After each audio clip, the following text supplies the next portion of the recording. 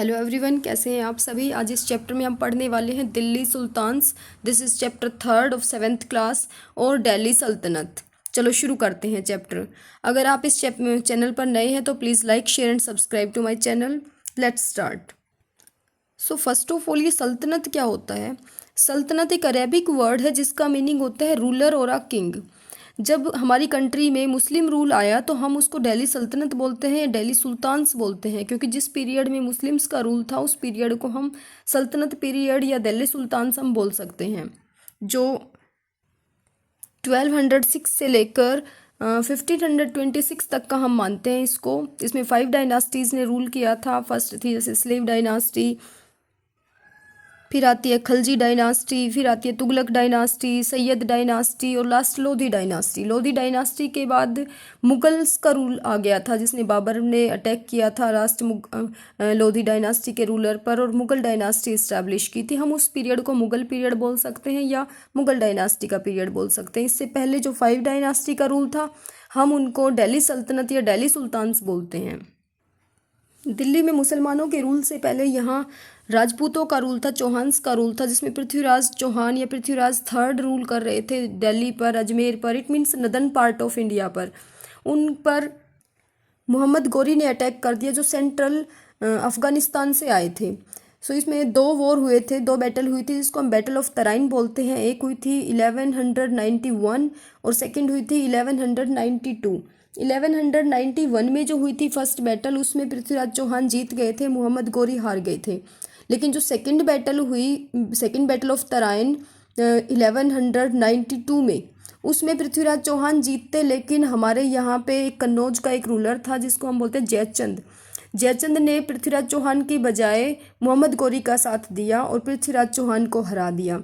इस तरीके से मोहम्मद गोरी ने दिल्ली, अजमेर, राजस्थान मतलब नदर्न पार्ट ऑफ इंडिया पर कंट्रोल कर लिया। इस तरीके से यहाँ पे मुस्लिम रूल इस्टेब्लिश हुआ। लेकिन मोहम्मद गोरी ने यहाँ खुद रूल नहीं किया, बल्कि अपने एक स्लेव जिसको कुतुबुद्दीन ऐबक थे उनको छोड़कर गए थे यहाँ पे कि मैं यहाँ से जा रहा हूँ, मेरे स्थान पे आप यहाँ पे नदर्न पार्ट ऑफ इंडिया पे आप रूल करना। तो इस तरीके से जो फर्स्ट हमारा दिल्ली सुल्तान था जिसने नदर्न पार्ट ऑफ इंडिया पर रूल किया था वो था कुतुबुद्दीन ऐबक, जो एक स्लेव था मोहम्मद गोरी का। तो इस तरीके से स्लेव डायनास्टी इस्टेब्लिश हुई। या एक अरेबिक वर्ड है जो स्लेव के लिए यूज़ होता है, मामुलुक। तो मामुलुक डायनास्टी इस्टेब्लिश की या स्लेव डायनास्टी इस्टेब्लिश की, और इसका फाउंडर था कुतुबुद्दीन ऐबक, जिन्होंने 1206 से लेकर 1210 तक रूल किया। So here these are 5 dynasties of Delhi. First is slave dynasty who ruled from 1206 to 1290. Second is Khalji dynasty who ruled 1290 to 1320. Third one is Tughlaq dynasty who ruled from 1320 to 1414. Sayyid dynasty from 1414 to 1451. And the last one is Lodhi dynasty who ruled over northern part of India 1451 to 1526. And in 1526, last ruler of Lodhi dynasty, Ibrahim Lodhi, was defeated by Babur in first battle of Panipat and established Mughal dynasty in India. Here the founder of slave dynasty Kutubuddin Aibak. He is Kutubuddin Aibak. He was the founder of slave dynasty और Mamluk dynasty in our country.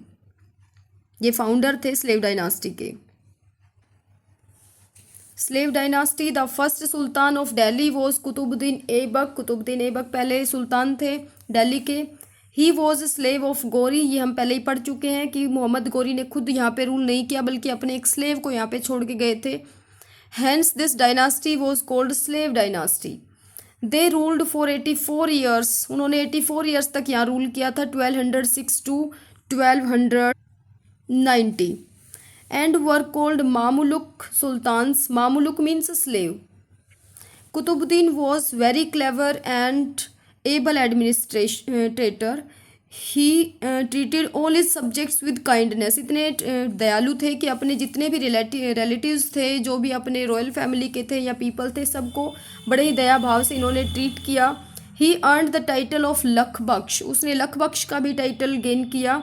लख बख्श का meaning होता है giver of lakhs, कि वो लाखों रुपए देने वाले थे। इट मीन्स बहुत सारा धन लोगों को दान में दे देते थे, इसलिए उसकी जेनरोसिटी की वजह से ही उनको लख बख्श भी बोलते थे। He was patron of art and literature, art और लिटरेचर को भी उन्होंने संरक्षण किया। He built two mosque, one in Delhi and one in Ajmer, उसने 2 मॉस्क भी बनवाई, जो एक दिल्ली में है एक अजमेर में है। दिल्ली में है उसको बोलते हैं कुवैतुल इस्लाम मॉस्क, दिल्ली में है, और जो अजमेर में है उसको बोलते हैं 2.5 दिन का झोपड़ा। कहते हैं इसको 2.5 दिन में ही तैयार करवा दिया गया था, इसलिए इसको 2.5 दिन का झोपड़ा बोलते हैं। Construction of Qutub Minar was also started during his period, उसी के पीरियड में कुतुब मीनार का भी कंस्ट्रक्शन शुरू हो गया था, लेकिन कंप्लीट इसके दामाद इल्तुतमिश ने करवाया था। He died in Lahore in 1210 while playing पोलो, और ये लाहौर में इसकी डेथ हो गई थी 1210 में, ये घोड़े से गिरकर इसकी डेथ हो गई थी, ये पोलो खेल रहे थे। He was succeeded by Iltutmish his son in law, उसका सन इन लॉ था इल्तुतमिश, उसके बाद उन्होंने राजगद्दी संभाली, जिसका पूरा नाम था Shamsuddin Iltutmish. Iltutmish was a wise ruler, काफ़ी बुद्धिमान रूलर थे। He pleased his nobles by granting lands to them called jagirs, अपने नोबल्स को, अपने रॉयल फैमिली के मेंबर्स को उन्होंने काफ़ी सारी ज़मीन दान में दी थी, जिसको हम जागीर्स बोलते हैं। He made his ministry with 40 ministers cold 40 minister की हेल्प से उन्होंने अपनी काउंसिल ऑफ मिनिस्ट्री प्रिपेयर की थी, जिसको हम 40 बोलते हैं। 40 means 40 ministers. He divided his empire into small iqtas, अपने पूरे एम्पायर को छोटी छोटी टुकड़ों में उन्होंने डिवाइड किया हुआ था, जिसको इक्ताज बोलते हैं, iqtadari system. Which were given to officials in lieu of salary, salary के बदले उन्होंने अपने ऑफिशियल्स को इक्ताज दिए थे। इक्ताज मीन्स एक पीस ऑफ लैंड दिया, जिससे उनको रेवेन्यू कलेक्ट करना था, वही उनका इनकम का सोर्स होता था, वही उनकी सैलरी होती थी। सैलरी के बदले उनको ज़मीनें मिलती थी, और उन जिनको ज़मीनें मिलती थी उनको इक्तेदार बोलते थे। ही इंट्रोड्यूस्ड सिल्वर कॉइन टका, उन्होंने टका, एक सिल्वर कॉइन होता था, सिल्वर का होता था, चांदी का होता था, जिसको टका बोलते थे, और कॉपर कॉइन भी इंट्रोड्यूस किया, जिसको जितल बोलते थे। 2 कॉइन इंट्रोड्यूस किए थे, सिल्वर कॉइन टका और कॉपर कॉइन जितल। ही गोट कुतुब मीनार कंप्लीटेड, और उसने कुतुब मीनार को कंप्लीट किया, जो उनके ससुर ने कुतुबुद्दीन ऐबक ने स्टार्ट किया था, उसको कंप्लीट किया। Minhaj e Siraj was famous scholar of his period, उसके पीरियड का फेमस स्कॉलर था मिनहाज ए सिराज, जिसने इनके बारे में काफ़ी चीज़ें लिखी हुई है। इनके बारे में इंफॉर्मेशन हमें मिनहाज ए सिराज से ही मिलती है। इल्तुतमिश ने 1210 से 1236 तक रूल किया था। 1236 के बाद इन्होंने अपने बेटों को नहीं, बल्कि अपनी बेटी रज़िया सुल्तान को चूज़ किया था कि मेरे बाद अगर कोई रूलर बनेगा तो वो मेरी बेटी बनेगी, क्योंकि वो मोर कैपेबल है as compare to my sons. तो अपने सन को नहीं, बल्कि अपनी डॉटर को उन्होंने राजगद्दी पर बिठाया था, जो पहली मुस्लिम सुल्तान थी दिल्ली की राजगद्दी पर बैठने वाली। इसके बाद रज़िया सुल्तान का रूल आया। तो Razia Sultan, she was daughter of Iltutmish, Iltutmish की डॉटर थी। She was only women sultan of Delhi, Delhi की गद्दी पर बैठने वाली ये पहली वुमेन थी और मुस्लिम वुमेन थी। She was very capable and वोर मेल अटायर, ये इतनी ज़्यादा कैपेबल थी और मेल अटायर पहनती थी, पुरुषों के कपड़े ही पहनती थी। एंड रोड ऑन एलिफेंट, और हाथी की सवारी करती थी। She was able to manage law and order in her rule, अपने रूल में उन्होंने लॉ एंड ऑर्डर को बहुत अच्छे से इस्टेब्लिश किया। जितने भी दंगे फसाद होते थे या लोगों के जो रूल रेगुलेशंस बनाने होते थे, वो सब मैनेज करती थी। The nobles conspired against her and killed her, इसके जो नोबल्स थे, जो शाही परिवार के लोग थे, उनको ये मंजूर नहीं था कि पुरुष की बजाय किसी महिला राजगद्दी को संभाले, तो उन्होंने इसके पीछे से बहुत सारे षड्यंत्र रचे, जिसके तहत उसको मार दिया गया। She was succeeded by Ghiyasuddin Balban, इसके बाद जो काफ़ी सारे रूलर्स आए थे, वैसे तो इसके बाद जो इनकैपेबल थे, इतने ज़्यादा कैपेबल नहीं थे, इसलिए हम उनका डिस्क्रिप्शन यहाँ नहीं दे रहे हैं। उसके बाद जो एक कैपेबल रूलर आया वो था ग्यासुद्दीन बलबन। रज़िया सुल्तान ने सिर्फ 4 ईयर्स तक ही रूल किया था, 1236 से लेकर 1240 तक 4 ईयर्स ही रूल किया। बाकी इसको 1240 में इसके रॉयल फैमिली मेंबर्स ने ही इसको षड्यंत्र के तहत मार दिया था। उसके बाद जो गयासुद्दीन बलबन आए थे उन्होंने रूल किया था 1266 से लेकर 1287 तक। रज़िया सुल्तान दिल्ली की गद्दी पर बैठने वाली थर्ड रूलर थी, लेकिन बलबन 9th रूलर थे। इट मीन्स इसके बीच में भी काफ़ी रूलर्स आए थे जो ज़्यादा कैपेबल नहीं थे।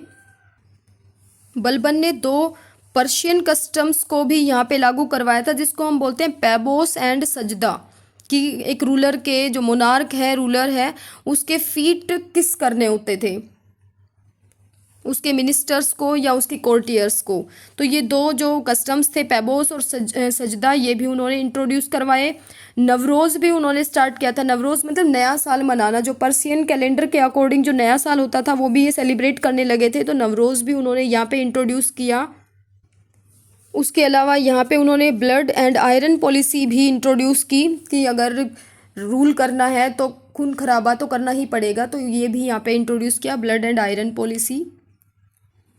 स्लेव डायनास्टी के बाद आती है Khalji dynasty. First ruler of this dynasty was Jalaluddin. जो फर्स्ट रूलर था वो था जलालुद्दीन खलजी। ही वॉज नॉट स्ट्रॉन्ग लीडर, ज़्यादा स्ट्रॉन्ग नहीं था। He was succeeded by Alauddin Khalji. इसके बाद जो रूलर आया अलाउद्दीन खलजी काफ़ी स्ट्रॉन्ग था, काफ़ी सारे चेंजेस किए थे यहाँ पे। He was very ambitious ruler, बहुत महत्वाकांक्षी रूलर था।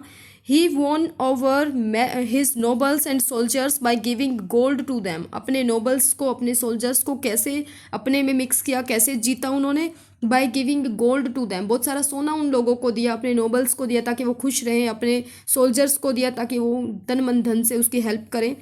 His spies were active. उसके जो गुप्तचर थे वो काफ़ी एक्टिव थे, वो पूरे राज्य की खबर उनको देते थे। He expanded his empire and tried to control Rajput kingdom. उसने अपने एम्पायर को काफ़ी एक्सपेंड किया और राजपूतों पर भी कंट्रोल करने की पूरी कोशिश की। खलजी डायनास्टी का यहाँ पे 40 सालों तक रूल रहा, 1290 से लेकर 1320 तक। जलालुद्दीन खलजी ने 6 सालों तक रूल किया, 1290 से 1296। उसके बाद अलाउद्दीन खलजी ने रूल किया 1296 टू 1316। इल्तुतमिश ने जो इक्तदारी सिस्टम स्टार्ट किया था, इक्ता सिस्टम, जो सोल्जर्स को सैलरी के बदले लैंड मिलती थी, अलाउद्दीन खलजी ने उसको बंद कर दिया और अपने सोल्जर्स को इक्ता देने के बजाय सैलरी पे करते थे। अलाउद्दीन खलजी ने राजपूतों को हराया, जिससे जैसलमेर, चित्तौड़, मालवा आदि जगहों पर इन्होंने अपना कंट्रोल किया। पद्मावती मूवी में आपने देखा होगा, वहाँ पे इसका फिर एंड हो गया। उसके बाद जब ये सदर्न पार्ट को कंट्रोल करने के लिए डेक्कन में एंटर किया तो वहाँ पे इसकी डेथ हो गई। इसके बाद इसका एक होमोसेक्सुअल पार्टनर था खुसरो मलिक, उन्होंने 4 ईयर्स तक रूल किया था, 1316 टू 1320। इस खलजी डायनास्टी के बाद आती है जो next dynasty, Tughlaq dynasty. After capturing Chittorgarh, when he listened that Padmavati had committed jauhar, he ordered to kill all his enemies. जब वो चित्तौड़गढ़ में को कैप्चर कर लिया, उसके बाद पद्मावती के लिए वहाँ मेवाड़ में पहुँच के, जो मेवाड़ की रानी थी, उसको कैप्चर करने के लिए ऑर्डर दिए, लेकिन पद्मावती ने उससे पहले जौहर कर लिया था। जौहर में 16,000 कुछ रानियां थी जिन्होंने आग में जलकर अपने आप को ख़त्म कर लिया था। ये पद्मावती को पाना चाहता था लेकिन उसको नहीं मिल सकी, इसलिए इन्होंने ऑर्डर दिया कि जितने भी राजपूत हैं यहाँ सबको ख़त्म कर दिया जाए। On a single day 30,000 Rajputs were killed, और इसीलिए वहाँ पे एक ही दिन में 30,000 से भी ज़्यादा राजपूतों को मारना पड़ा। He was the first ruler of Delhi whose army crossed Vindhya mountain. Vindhya mountain को क्रॉस करके ये सदर्न पार्ट, डेक्कन पार्ट को कंट्रोल करना चाहते थे, तो ये पहला रूलर था जिन्होंने डेक्कन को कवर करने के लिए, कंट्रोल करने के लिए विंध्यास माउंटेन को क्रॉस किया, बट लेकिन वहाँ पे इसकी डेथ हो गई थी। After his death Khalji dynasty declined. इसकी डेथ के बाद खलजी डायनास्टी का एंड हो गया था। लास्ट जो खलजी रूलर था वो था Khusro Malik, who was replaced by Tughlaq ruler. जो तुगलक रूलर्स ने ओवरथ्रो कर दिया, तुगलक डायनास्टी इस्टेब्लिश हो गई। जो हमने पहले डिस्कस किया था, अलाउद्दीन खलजी ने काफ़ी सारे इकोनॉमिक चेंजेस भी यहाँ पे किए। तो कौन कौन से इकोनॉमिक मेजर्स थे? First, Alauddin wanted to control to capture Deccan and Rajputs, for which he required huge army, उसको डेक्कन पर कंट्रोल करना था, राजपूतों पर कंट्रोल करना था, इसके लिए उसको बहुत बड़ी आर्मी की ज़रूरत थी। To maintain army he needed money, अब मेंटेन करने के लिए आर्मी मेंटेन करना है तो बहुत सारा मनी भी चाहिए। To increase revenue collection he controlled prices of all commodities, इसलिए रेवेन्यू कलेक्ट करने के लिए कि ज़्यादा से ज़्यादा रेवेन्यू कलेक्ट हो, ज़्यादा से ज़्यादा टैक्स कलेक्ट हो, इसके लिए उन्होंने हर चीज़ का दाम बढ़ा दिया।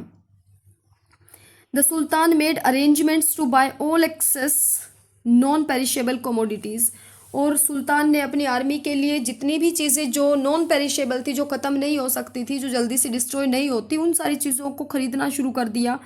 A strict watch was kept on business, जितने भी बिजनेसमैन थे उन पर एक स्ट्रिक्ट वॉच रखी गई, एक गुप्तचर छोड़ दिए गए, नज़र रखी गई। Anyone found cheating was severely punished, और जो भी ऐसा पाया जाता कि वो चीट कर रहा है, चीटिंग कर रहा है, तो उसको पनिश किया जाता था। The rights of local chieftain to collect taxes was taken off and they were forced to pay taxes, जो भी चीफटेन होते थे, लोकल चीफटेन जिनका काम टैक्स कलेक्ट करना होता था, वो सिर्फ टैक्स कलेक्ट करके रूलर को देते थे, खुद अपना टैक्स नहीं देते थे। उनसे ये राइट वापस ले लिया गया और उनको भी फोर्स किया गया कि पे करना है tax. There were 3 types of taxes, उस टाइम पे उन्होंने 3 टाइप के टैक्सेस इंट्रोड्यूस कर रखे थे। फर्स्ट था खराज, सेकंड था ऑन कैटल, थर्ड था ऑन हाउसेस। कैटल पर भी टैक्स लगाया कि जितने पशु रखोगे टैक्स दोगे, हाउसेस पर जितने भी हाउस होल्डर्स हैं उन सबको अपना अपना टैक्स देना है। खराज टैक्स था कल्टीवेशन पर, जितनी भी उपज होती थी किसानों की उसका 50% प्रोड्यूस रूलर को देना होता था। सपोज एक आदमी के पास 100 kg अनाज प्रोड्यूस हुआ है तो 50 kg वो खुद रखेगा, 50 kg वो रूलर को दे देगा एज अ टैक्स, जिसको बोलते थे खराज। खलजी डायनास्टी के बाद आती है Tughlaq dynasty. First ruler was Ghiyasuddin Tughlaq, Ghiyasuddin Tughlaq इसका फर्स्ट रूलर था। He was capable commander and able to crush many rebellions of his period, काफ़ी एबल कमांडर था, काफ़ी सारे रेबेलियंस अपने पीरियड में उन्होंने क्रश किए थे, दबाए थे। Succeeded by his son Mohammad bin Tughlaq, और फिर इसके बाद जो रूलर आता है वो आता है मोहम्मद बिन तुगलक। तुगलक डायनास्टी का जो रूल था वो था 1320 टू 1414। ग्यासुद्दीन तुगलक ने रूल किया था 1320 टू 1324, 4 ईयर्स तक रूल किया। इसके बाद इनका बेटा आता है मोहम्मद बिन तुगलक। मोहम्मद बिन तुगलक का रूल था 1324 टू 1351। मोहम्मद बिन तुगलक काफ़ी नॉलेजेबल पर्सन थे। He had a deep knowledge in philosophy, logic, mathematics, medicine, Persian, Arabic, Turkish and Sanskrit language, जितनी सारी लैंग्वेज के ये ज्ञाता थे। मैथमेटिक्स पे काफ़ी कमांड थी, मेडिसिन पे, लॉजिक पे, फिलोसफी में काफ़ी डीप इंफॉर्मेशन थी इनके पास। Ibn Battuta a Moroccan traveller had written about him, और मोरक्को से एक ट्रैवलर आए थे, उन्होंने ट्रैवलॉग लिखा, और ट्रैवलर का नाम था इब्न बतूता, और उन्होंने जो अपना ट्रैवलॉग लिखा, जो अपनी बुक लिखी रिहला, और उस बुक में इन्होंने इस तुगलक डायनास्टी का, इससे पहले जो डायनास्टी थी खलजी डायनास्टी, काफ़ी सारा डिस्क्रिप्शन दिया हुआ है। मोरक्को एक नॉर्थ अफ्रीकन कंट्री, अफ्रीका के नदन वेस्ट पार्ट में है, और वहाँ से ये ट्रैवलर इब्न बतूता आए थे। इसकी फेमस बुक है रिहला, तो वो आप लर्न कर सकते हैं नाम। इब्न बतूता की बुक है रिहला, जिसमें उन्होंने तुगलक डायनास्टी और खलजी डायनास्टी का वर्णन किया है। Mohammad bin Tughlaq he thought of many ambitious plans, बहुत सारे एम्बिशियस प्लान्स थे उसके, बट वो सक्सीड नहीं हो पाया उन प्लान्स में। But he was not able to implement them properly, so his plans failed. उनको इम्प्लीमेंट नहीं कर पाया, प्लान्स बना लिए लेकिन इम्प्लीमेंट करने में कुछ चूक रह गई, उसके प्लान्स फेल हो गए। तो कौन कौन से प्लान्स थे? 2 of his such plans were, first था he shifted his capital from Delhi to Devagiri. तो फर्स्ट प्लान था उसका कि उसने अपनी कैपिटल दिल्ली से देवगिरी को इस्टेब्लिश किया, देवगिरी को अपनी कैपिटल बनाया दिल्ली की बजाय। ये देवगिरी कहाँ है? दौलताबाद बोलते हैं, विच ही नेम्ड दौलताबाद, जिसका नाम उन्होंने बदल के रख दिया दौलताबाद, जो महाराष्ट्र में है। So that he can rule properly from there, और वो चाह रहा था कि नदन पार्ट तो मेरे कंट्रोल में है ही, मैं डेक्कन पार्ट को भी वहाँ से मैं कंट्रोल कर लूँ, इसलिए महाराष्ट्र में उन्होंने अपनी कैपिटल इस्टेब्लिश की, दौलताबाद उसका नाम रखा। But he failed, he ordered all the population to leave Delhi, उसने अपनी सारी पॉपुलेशन को ऑर्डर किया कि वो दिल्ली छोड़ दें एंड शिफ्ट टू दौलताबाद, और दौलताबाद चले जाएं। Soon he realised that it is difficult to rule from Daulatabad, जल्दी ही उसको रियलाइज़ हो गया कि दौलताबाद से रूल करना कितना डिफ़िकल्ट है। So he again asked the population to move back to Delhi, उसके बाद फिर से ऑर्डर के इतना लंबा रास्ता क्रॉस करने के बाद, कवर करने के बाद वो दौलताबाद पहुंचते हैं। उसके बाद वहाँ से फिर से ऑर्डर दिया जाता है कि दौलताबाद छोड़ के वापस दिल्ली आ जाएं। Oh my God, in which lots of people died and money wasted, इतने सारे लोग रास्ते में आने जाने में पैदल मारे गए और इतना ज़्यादा मनी का लॉस हुआ, मनी वेस्ट हुआ, मनी का लॉस हुआ। सेकंड प्लान क्या था? Second plan of Mohammad bin Tughlaq, taxation in Doab region, एक अपना दोआब रीजन जो गंगा और यमुना के, दोआब मीन्स टू रिवर्स के बीच का एरिया, जो गंगा और यमुना के बीच का एरिया था, वहाँ पे टैक्सेशन बढ़ा दिया ताकि ज़्यादा से ज़्यादा पैसा रेवेन्यू से आ सके। चाहे क्रॉप फेल हो जाए, चाहे क्रॉप हो, लेकिन उनको अपने टैक्स से मतलब है। अगर मॉनसून नहीं आई, एडिक्वेट क्रॉप नहीं हो पाई, प्रॉपर प्रोडक्शन नहीं हुआ, तो भी किसानों को टैक्स देना पड़ता था। इसलिए बहुत सारे किसानों ने किसानी करनी छोड़ दी, खेती बाड़ी छोड़ दी। ये उसका सेकंड प्लान था जो फेल हुआ। At that time his region was facing severe famine, काफ़ी फेमाइन, अकाल पड़ा था उस टाइम पे, लेकिन फिर भी उन्होंने टैक्स लोगों से वसूल किया। It was a big mistake of sultan's part, ये उस सुल्तान की बहुत बड़ी मिस्टेक थी। पेजेंट्स लेफ्ट देयर लैंड्स, किसानों ने अपनी ज़मीनें छोड़ दी। He had to withdraw his order, और लास्ट में उसको अपना ये ऑर्डर वापस लेना पड़ा। ये दो बड़े प्लान्स थे मोहम्मद बिन तुगलक के, जो दोनों फेल हो गए। और भी कई प्लान्स थे जो फेल हुए, इसलिए हम इस रूलर को एक टाइटल भी देते हैं, वाइज फूल, बुद्धिमान मूर्ख राजा। काफ़ी बार ये क्वेश्चन आ जाता है कि मोहम्मद बिन तुगलक को वाइज फूल क्यों बोलते थे, तो इसका रीज़न यही है कि दोआब रीजन में इन्होंने अपना टैक्सेशन बढ़ा दिया था। अपनी कैपिटल दिल्ली से इसने दौलताबाद शिफ्ट कर ली थी और टोकन करेंसी इंट्रोड्यूस की थी। टोकन करेंसी में क्या था कि कॉपर को मिंट करके, कॉपर को कट आउट करके कोइन बनाया गया, जो लोगों ने खुद से बनाना शुरू कर दिया था। पहले सिल्वर कोइन इंट्रोड्यूस किए थे, सिल्वर कोइन की बजाय, गोल्ड कोइन की बजाय इन्होंने कॉपर कोइन इंट्रोड्यूस कर दिए, और फिर लोगों ने अपना कोइन बनाने के लिए लोगों ने खुद से बनाने शुरू कर दिए। इतने ज़्यादा अमाउंट में कॉपर कोइंस हो गए एम्पायर में कि काफ़ी लॉस हुआ, काफ़ी रॉयल ट्रेजरी पूरी ऐसे कोइंस से भर गई थी जिसकी कोई वैल्यू नहीं थी। अब हम थर्ड प्लान की बात करते हैं। थर्ड प्लान में टोकन करेंसी थी जिसमें वो फेल हुए। Third plan, he has introduced token coins of copper in place of which silver coins can be taken from treasury, silver coin को ख़त्म करके कॉपर को प्रोड्यूस किया गया, कॉपर को बाय किया गया और उससे कॉपर के कोइंस बनाए गए। चांदी की बजाय कॉपर के कोइन इंट्रोड्यूस किए। But he was not able to keep control over mint, लेकिन जो मिंट हो रहे थे, कॉपर के जो कोइन बनाए जा रहे थे, उसके ऊपर रूलर का कोई कंट्रोल नहीं था। People started minting coins illegally, और लोगों ने खुद से इलीगल तरीके से कॉपर से कोइन बनाने शुरू कर दिए थे। As a result trade suffered, और जो भी ट्रेड था, व्यापार था विदेशों के साथ, वो सफ़र कर रहा था, क्योंकि फॉरेन मर्चेंट्स ने मना कर दिया था इन कॉपर कोइंस के साथ डील करने से। Foreign merchants refused to accept token currency and Sultan had to give silver coin in exchange of forged coins. अब ऐसे कोइन के बदले में रूलर को सिल्वर के कोइन देने पड़े, क्योंकि विदेशों में कॉपर की डिमांड नहीं थी बल्कि सिल्वर और गोल्ड के कोइंस की डिमांड थी। इसलिए विदेशी जितने भी मर्चेंट्स थे उन्होंने कॉपर कोइन के बदले व्यापार करने से मना कर दिया था। द ट्रेजर वॉज एम्प्टी, अब उसका जो खजाना था वो पूरा खाली हो गया था। कुछ पहले ही सिल्वर कोइंस वो दे चुके थे कॉपर कोइन बनाने में, कॉपर को परचेज करने में, कुछ अब विदेशी रूलर्स को, विदेशी मर्चेंट्स को पे करने में, बाकी सारा सिल्वर चला गया, तो अब उसका खजाना पूरा खाली था। ये थर्ड प्लान था, ये भी फेल हो गया। मोहम्मद बिन तुगलक के बाद आता है फिरोज शाह तुगलक, जो इसका भतीजा था।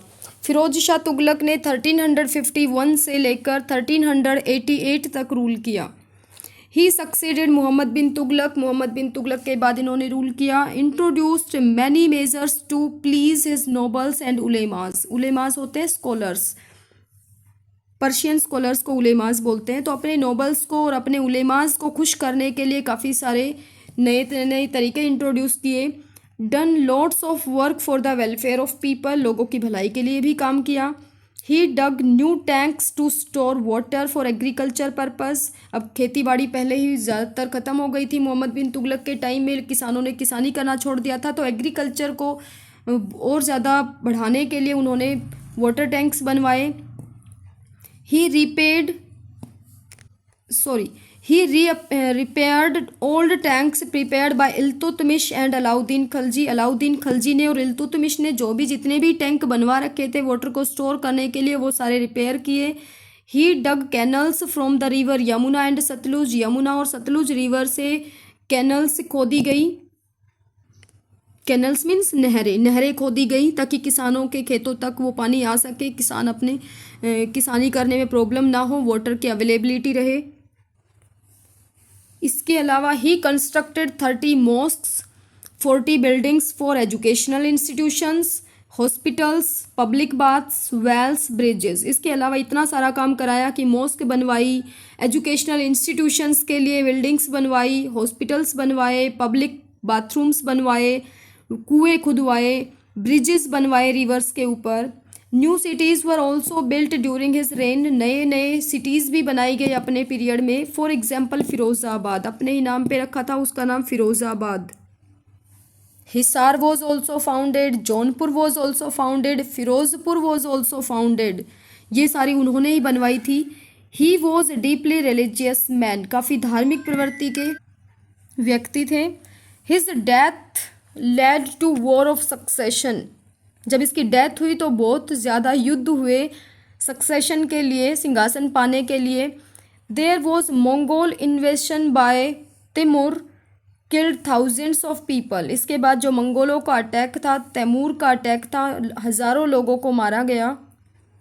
तैमूर एक मंगोल रूलर था सेंट्रल एशिया का, उसने दिल्ली पर अटैक किया और अपना जो डेप्यूटी उसने अपॉइंट किया खिज़र खान को। यहाँ पे खिज़र खान ने फिरोज शाह तुगलक को डिफीट किया और दिल्ली का सिंहासन ऑक्यूपाई किया और सैयद डायनास्टी को यहाँ पे इस्टेब्लिश किया। तो सैयद डायनास्टी को यहाँ पे इस्टेब्लिश करने वाला जो रूलर था वो था खिज़र खान। सैयद डायनास्टी ने 1414 से 1451 तक रूल किया। इसके बाद काफ़ी रूलर्स आए थे खिज़र खान के बाद, लेकिन वो लेस कॉम्पिटेंट थे, इतना ज़्यादा कैपेबल नहीं थे। उसके बाद जो डायनास्टी आती है वो आती है Lodhi dynasty. After Tughlaq dynasty the Syed dynasty and Lodhi dynasty ruled over Delhi, Syed dynasty और लोधी डायनास्टी रूल करती है तुगलक डायनास्टी के बाद। Bahlol Lodhi was the first ruler of Lodhi dynasty, जो लोधी डायनास्टी का फाउंडर था जिसने सैयद डायनास्टी का एंड किया और लोधी डायनास्टी इस्टेब्लिश की थी, वो था Bahlol Lodhi. He was succeeded by Sikandar Lodhi and Ibrahim Lodhi, Bahlol Lodhi के बाद रूल किया सिकंदर लोधी ने, फिर रूल किया इब्राहिम लोधी ने। इब्राहिम लोधी लास्ट रूलर था लोधी डायनास्टी का जिसको मुग़ल रूलर बाबर ने ओवरथ्रो कर दिया था। Ibrahim Lodi failed to gain support of nobles and finally Daulat Khan Lodi invited Babur, Ibrahim Lodi ने ज़्यादा नोबल्स का सपोर्ट गेन नहीं किया, बहुत सारे नोबल्स थे इसके जो अगेंस्ट हो गए थे। एक था दौलत खान लोधी जो इसके अगेंस्ट हो गया था, इसी का रॉयल फैमिली मेंबर था। उसने बाबर को इनवाइट किया ताकि मैं इब्राहिम लोधी से बदला ले सकूं। बाबर को इनवाइट किया तो बाबर आ गया युद्ध करने के लिए और बाबर ने युद्ध किया जिसको हम बोलते हैं फर्स्ट बैटल ऑफ पानीपत, जो 1526 में लड़ी गई थी पानीपत में। इस बैटल में इब्राहिम लोधी को बाबर ने डिफीट कर दिया और मुग़ल डायनास्टी इस्टेब्लिश कर दी और दौलत खान लोधी को भी ओवरथ्रो कर दिया। जो पंजाब का रूलर था दौलत खान लोधी, उसको भी ओवरथ्रो कर दिया। पूरे नदर्न वेस्टर्न पार्ट पर बाबर का ही कंट्रोल था। Next is the ruler of Kabul to invade India and overthrow Ibrahim Lodi. ये बाबर जो था ये काबुल से आया था अफगानिस्तान से, उसने इंडिया पर अटैक किया और इब्राहिम लोधी को ओवरथ्रो कर दिया। Babur defeated Ibrahim Lodi in first battle of Panipat in 1526 और 1526 जो फर्स्ट बैटल ऑफ पानीपत थी उसमें इब्राहिम लोधी को डिफीट कर दिया। पानीपत की 3 बैटल लड़ी गई थी। जो फर्स्ट बैटल हुई थी 1526 में बाबर और इब्राहिम लोधी के बीच। सेकेंड बैटल हुई थी 1556 में हेमू और अकबर के बीच। हेमू एक रूलर था, हेमचंद्र रेवाड़ी का, और अकबर था थर्ड रूलर ऑफ मुगल्स। उसके बाद थर्ड बैटल हुई थी 1761 जो अफगान्स के बीच में और मराठों के बीच में हुई थी। तो ये पानीपत की तीनों ही बैटल काफ़ी इम्पोर्टेंट है। अब administration under the Khaljis and Tughlaqs, जो खलजीज का और तुगलक्स का जो एडमिनिस्ट्रेशन था उसमें कॉमन चीज़ें क्या थी। लैंड वर कॉल्ड इक्ताज, इक्ता बोलते थे लैंड को, और जो लैंड होल्डर्स होते थे इक्तेदार बोलते थे। Holders of iqtas were called iqtadar और मुक्तिज, उनको मुक्तिज और इक्तेदार बोलते थे। Duty of muqtis was to lead military campaign, कि जब भी राजा को मिलिट्री की ज़रूरत पड़ेगी तो ये मुक्तेदार जो है मुक्तिस जो है इक्तेदार जो है ये मिलिट्री अरेंज करके रूलर को देंगे। इसमें रूलर की कोई हेडेक नहीं होगी कि मिलिट्री अरेंज करनी है। इक्तेदार अपने आप अरेंज करते थे, इसके बदले में उनको लैंड दी हुई थी, उस लैंड से वो रेवेन्यू कलेक्ट करते थे, वही उनकी सैलरी थी। The muqtis collected revenue as salary, उसी लैंड से वो अपना रेवेन्यू कलेक्ट करते थे जिसको वो सैलरी कह सकते हैं, रेवेन्यू कह सकते हैं। अकाउंटेड कीप चेक ऑन मुक्तिज, और उसने मुक्तिज पर नज़र रखने के लिए भी विशेष प्रबंध किया हुआ था। तो ये कुछ कॉमन एडमिनिस्ट्रेटिव मेजर्स थे खलजीज और तुगलक्स के। अब आते हैं इब्न बतूता जो खलजीज और तुगलक्स की इन्फॉर्मेशन देते हैं हमें। He was a traveller from Morocco Africa, Morocco से आया था। मोरक्को एक अफ्रीका का कंट्री है, नॉर्थ वेस्ट पार्ट में है। He had described about Delhi Sultan in his account, और वो अपने अकाउंट में दिल्ली सुल्तान को डिस्क्राइब करते हैं। उसका अकाउंट था, ट्रैवलॉग बोलते हैं, क्योंकि जो ट्रैवलर आते हैं वो अपनी जो बुक लिखते हैं उसको ट्रैवलॉग बोलते हैं। तो उनकी जो बुक थी उसका नाम था रिहला। ये हमें डीप इन्फॉर्मेशन देती है खिलजी डायनास्टी का और तुगलक डायनास्टी की। खिलजी डायनास्टी का इम्पोर्टेंट रूलर था अलाउद्दीन खिलजी, और तुगलक डायनास्टी का इम्पोर्टेंट रूलर था मोहम्मद बिन तुगलक। आओ दोनों में कंपेयर करते हैं। So first is Alauddin Khilji. He raised a huge army, उसने बहुत बड़ी आर्मी बनाई ताकि राजपूतों पर कंट्रोल कर सके, ताकि डक्कन पर कंट्रोल कर सके। He constructed a new garrison town named Siri for his soldiers, अपने सोल्जर्स को रखने के लिए उसने गैरिजन टाउन भी कंस्ट्रक्ट किया जिसको सिरी बोलते हैं, दिल्ली में है। The soldiers had to be fed, soldiers को पूरा खाना पीना सब कुछ मिलता था। The tax was fixed at 50% of produce of land, जितना भी ज़मीन से प्रोडक्शन होता था उसका 50% पार्ट रूलर को लेना होता था एज अ टैक्स, ये फिक्स था। His administrative measures were successful and effective, जितने भी एडमिनिस्ट्रेटिव मेजर्स किए थे और जो भी उनके प्लान्स होते थे वो सभी सक्सेसफुल हुए, इफेक्टिव भी थे। अब आते हैं Mohammad bin Tughlaq. He also raised a large standing army, उसने भी एक बहुत बड़ी आर्मी बनाई। He got emptied old town of Delhi for soldiers, उसने सोल्जर्स के लिए दिल्ली के एक पुराने टाउन को खाली किया था जिसमें सोल्जर्स रह सकते थे। Taxes for same areas were collected to feed soldiers, और सोल्जर्स को फीड कराने के लिए, सोल्जर्स के खाने पानी की व्यवस्था के लिए उसने उसी ज़मीन से सारा टैक्स भी कलेक्ट किया। His soldiers were also paid in cash, उसके सोल्जर्स को भी कैश में ही पे किया जाता था, ना कि इक्ता दिया जाता था। His administrative measures were a failure, लेकिन उसके जितने भी एडमिनिस्ट्रेटिव मेजर्स थे वो फेल हुए, सक्सेसफुल नहीं हो पाए। दोनों के पास ही स्टैंडिंग आर्मी थी, दोनों के पास ही ह्यूज आर्मी थी, दोनों ने ही अपने अपने दिल्ली में अपने अपने एरियाज़ को कंट्रोल करके अपने सोल्जर्स के लिए प्लेस बनाया। दोनों ही टैक्स कलेक्ट करते थे, दोनों ही पे करते थे कैश में, दोनों के ही एडमिनिस्ट्रेटिव मेजर्स थे। लेकिन अलाउद्दीन खिलजी सक्सेसफुल हो गया था और मोहम्मद बिन तुगलक उसमें फेल हो गए थे। तो ये इन दोनों का कंपैरिजन था। I hope you like this chapter, आपको ये चैप्टर बहुत पसंद आया होगा। अगर आपको ये चैप्टर पसंद आया और ऐसे ही आगे इन्फॉर्मेटिव वीडियोस अगर मुझसे चाहते हैं तो please like share and subscribe to my channel. Thank you.